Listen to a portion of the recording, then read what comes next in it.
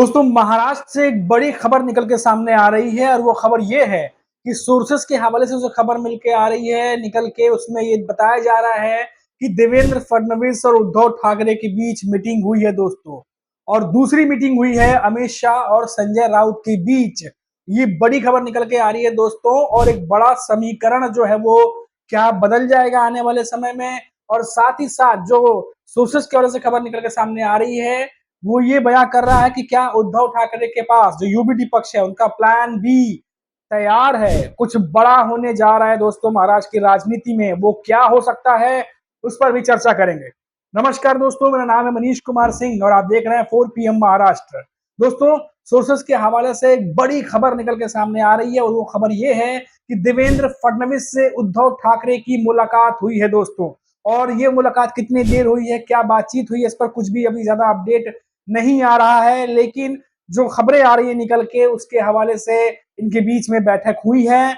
और वहीं बात करें तो संजय राउत यूबीटी पक्ष के नेता हैं, उनकी मुलाकात देश के गृह मंत्री अमित शाह से हुई है। और ये अपने आप में एक तरीके से बयां कर रहा है कि क्या उद्धव ठाकरे यानी यूबीटी पक्ष प्लान बी के साथ तैयार है। आखिर जरूरत क्यों पड़ी प्लान बी की? क्योंकि आप देखिए, लगातार एनडीए गठबंधन में हमने देखा कि सीट शेयरिंग को लेकर के कांग्रेस और उद्धव ठाकरे के बीच ठनाठनी बनी हुई है। और खबरें निकल के जो दोस्तों आ रही हैं वो ये है कि कांग्रेस जो है वो ज्यादा सीटें इस बार मांग रही है, और जिस पर उद्धव ठाकरे जो है वो तैयार नहीं हो रहे। और खास तौर पर कुछ सीटें ऐसी हैं जो मुस्लिम बहुल्य है, वहां मुस्लिम वोटर ज्यादा हैं, और जहां कांग्रेस को लगता है कि वो जीत करके आएगी। लेकिन हो यूं रहा है कि उद्धव ठाकरे वो सीटें उन्हें देने के मूड में नजर नहीं आ रहे। उद्धव ठाकरे चाहते हैं कि यूबीटी पक्ष उस सीट पर खुद चुनाव लड़े। और दोस्तों, आपको बताएं कि बीच में शरद पवार जो है मध्यस्थता करते हुए नजर आ रहे हैं, लेकिन ये ठनाठनी कम होने का नाम नहीं ले रही। तो बड़ी खबर दोस्तों महाराष्ट्र से।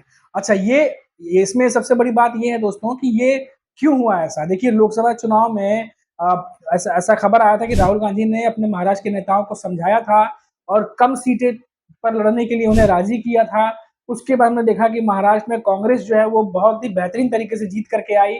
उसके बाद कांग्रेस के जो नेता हैं, जो कार्यकर्ता हैं, उनका मनोबल बढ़ा और उन्हें ये लगने लगा कि अब विधानसभा चुनाव में वो बड़े भाई की भूमिका में आ जाएंगे, क्योंकि उद्धव ठाकरे और शरद पवार के दोनों की जो पार्टियां हैं उनके मुकाबले कांग्रेस ने जबरदस्त तरीके से परफॉर्मेंस दी। तो अब कांग्रेस जो है, क्योंकि राष्ट्रीय पार्टी है, नेशनल पार्टी है, इसलिए वो चाह रहे हैं कि इस बड़े भाई की भूमिका में रहें और ज्यादा सीटों पर चुनाव लड़ें। लेकिन उद्धव ठाकरे ऐसा नहीं होते, ऐसा होने पर जो है वो एग्री नहीं कर रहे, सहमत नहीं हो रहे। ये बाबर खबर निकल के सामने आ रही है दोस्तों।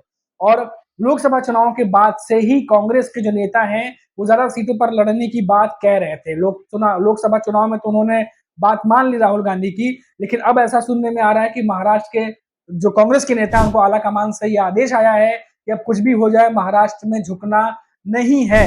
तो इस वजह से भी एमवीए के भीतर जो ये खासतौर से उद्धव ठाकरे और कांग्रेस के बीच में जो है हल्की तलखी देखने को मिल रही है। और हमने देखा था कि हरियाणा चुनाव के बाद से ही लगातार जो यूबीटी पक्ष है उनके जो नेता हैं और कांग्रेस के नेताओं के बीच में कहीं ना कहीं हल्की तलखी देखने को मिल रही थी। और क्योंकि आपने सुना होगा कि संजय राउत ने भी बीच में ये बात कही थी कि अगर महाराष्ट्र में भी कांग्रेस को अकेले लड़ना हो तो हमें बता सकते हैं।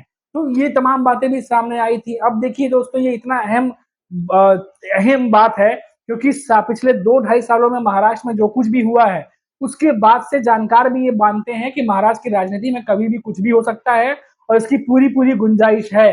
तो ये जो मुलाकातों का दौर चल रहा है महाराष्ट्र में, क्या ये आने वाले समय में जो 20 तारीख को जब वोटिंग होगी उसके बाद जो समीकरण बदलेंगे, उस समीकरण को देखते हुए पार्टियां अपनी अपनी प्लान बी की तैयारी उन्होंने शुरू कर दी है।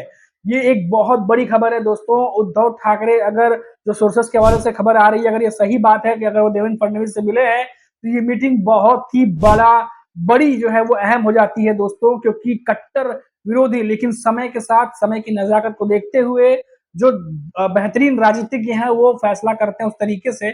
और उसी तरीके से हमने देखा कि जो संजय राउत है उनकी मुलाकात अमित शाह से हुई है। तो ये एक बड़ी बैठक मानी जा रही है दोस्तों। और ये खबर अगर सही है तो अपने आप में ये जो एनडीए गठबंधन के जो सहयोगी हैं उनके बीच में खलबली पैदा करने वाली खबर भी है दोस्तों। हालांकि कांग्रेस ये मान के चल रही है कि उद्धव ठाकरे जो है वो बीजेपी के साथ नहीं जाएंगे, क्योंकि जो माहौल उद्धव ठाकरे के लिए बना हुआ है, यूबीटी पक्ष के लिए बना हुआ है, सिंपैथी लहर वो कहीं न कहीं खत्म हो जाएगी अगर वो वापस बीजेपी से हाथ मिलाते हैं। और इसीलिए यूबीटी पक्ष जो है खासतौर से उद्धव ठाकरे ऐसा फैसला नहीं करेंगे। ये कांग्रेस की तरफ से कुछ नेताओं ने कहा है, ऐसी रिपोर्ट्स आ रही हैं। लेकिन दोस्तों, महाराष्ट्र की राजनीति में मैं फिर से बता दूं कि पिछले 2.5-3 सालों में जो कुछ भी हुआ है दोस्तों, उसके बाद महाराष्ट्र की राजनीति में कभी भी कुछ भी हो सकता है और उसकी पूरी पूरी गुंजाइश है।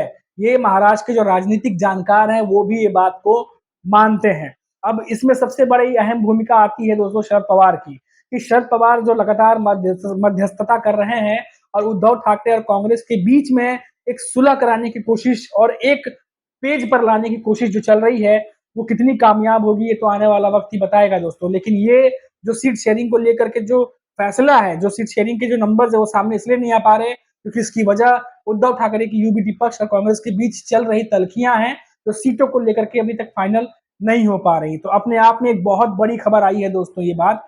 और हमने देखा कि जो संजय राउत है उन्होंने भी आज जिस तरीके से प्रेस कॉन्फ्रेंस की है, प्रेस वार्ता की है, उन्होंने कई सारे मुद्दों पर बातचीत की है और जिस तरीके से उन्होंने बोला है उसमें देखा कि बहुत सारे कटाक्ष भी उन्होंने किया है, बीजेपी पे कटाक्ष किया है, कांग्रेस पर कटाक्ष किया है। कांग्रेस को लेकर के जब सलाह मशवरा करने की बात हुई तो संजय राउत ने कहा कि हालांकि कांग्रेस के लोग हमारे मित्र हैं, लेकिन कांग्रेस एक बड़ी पार्टी है। अब बड़ी पार्टी में वहां बड़े बड़े लोग बैठे हैं, उनको हम क्या सलाह दे सकते हैं। ऐसे बीजेपी को लेकर जब पूछा गया तो बीजेपी के लिए भी उन्होंने ऐसे ही तंज और कटाक्ष वाले शब्द का इस्तेमाल किया कि वो खुद बड़ी पार्टी है, इंटरनेशनल पार्टी है, उसे हम क्या कह सकते हैं, हम क्षेत्रीय पार्टियां हैं। तो ये एक संजय राउत जो है लगातार अपने बयानों से कोई ना कोई संदेश या मैसेज देने की कोशिश कर रहे हैं। तो सबकी नजरें जो दोस्तों वो टिकी हुई है अब उद्धव ठाकरे की क्या उनका अगला कदम होने जा रहा है। साथ ही साथ महाराष्ट्र में जो नेता है कांग्रेस के, उनके बयानों पर और उनके एक एक कदम पर जो है सबकी नजरें बनी हुई हैं। हम भी लगातार जो है वो नजर बनाए हुए हैं, जो कुछ भी नई लेटेस्ट खबर निकल के सामने आएगी वो हम आप तक पहुंचाएंगे दोस्तों।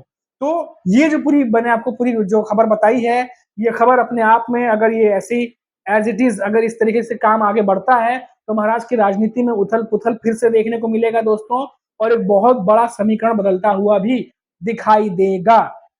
और ये सब कुछ जो हो रहा है दोस्तों, ये लोकसभा चुनाव में मिले एमवीए गठबंधन को जनादेश की वजह से हो रहा है, क्योंकि जनादेश जो एमवीए गठबंधन को मिला वो चौंकाने वाले थे, क्योंकि एमवीए में जो तीनों बड़ी पार्टियां हैं, तीनों ही पार्टियों को महाराष्ट्र में जबरदस्त तरीके से वोटिंग हुई और उम्मीद से ज्यादा सीटें ये जीत करके लेकर के आए। और सबसे बड़ा कमबैक जो किया है वो कांग्रेस ने किया है। एक सीट जीतने वाली कांग्रेस ने 13 सीटों पर जीत हासिल की और ये अपने आप में जबरदस्त तरीके से कमबैक माना गया। और इससे अब कांग्रेस को ये यकीन हो गया है कि महाराष्ट्र में जो कुछ एरिया हैं, कुछ पॉकेट्स हैं जहां पर कांग्रेस मजबूत है, वो वहां से सीटें जीत के ला सकती है और इसीलिए अब वो सीटें जो है वो किसी और को देना नहीं चाह रही। और ना ही जो कांग्रेस के आला कमान जो बड़े नेता हैं वो भी ये बात कह रहे हैं कि वहां से अब कांग्रेस को ही लड़ना चाहिए, जो कि बात उद्धव ठाकरे और बाकी पार्टियों को जो है वो समझ में नहीं आ रही या उस पर सहमत नहीं हो रहे। अब इसी चीज को लेकर के जो है बीच में खींचतान जो है वो मची हुई है। अब देखना होगा दोस्तों कि आने वाले हालांकि कहा जा रहा था, संजय राउत ने कहा कि हम आज कुछ फैसले करने वाले हैं, अब आज करते हैं या कल करते हैं ये तो आने वाला वक्त ही बताएगा कि कब अनाउंसमेंट होती है। लेकिन सबकी नजरें दोस्तों ये जो बना हुआ है वो एनडीए की सीट शेयरिंग पे बना हुआ है और क्या कदम अगला कांग्रेस का होगा या फिर उद्धव ठाकरे का होगा ये भी हमें देखना होगा। तभी के लिए इतना ही, फिर लौटेंगे तो बात करेंगे महाराष्ट्र की किसी बड़ी खबर पर। तब तक आप देखते रहिए 4 PM महाराष्ट्र और मुझे इजाजत दीजिए। नमस्कार।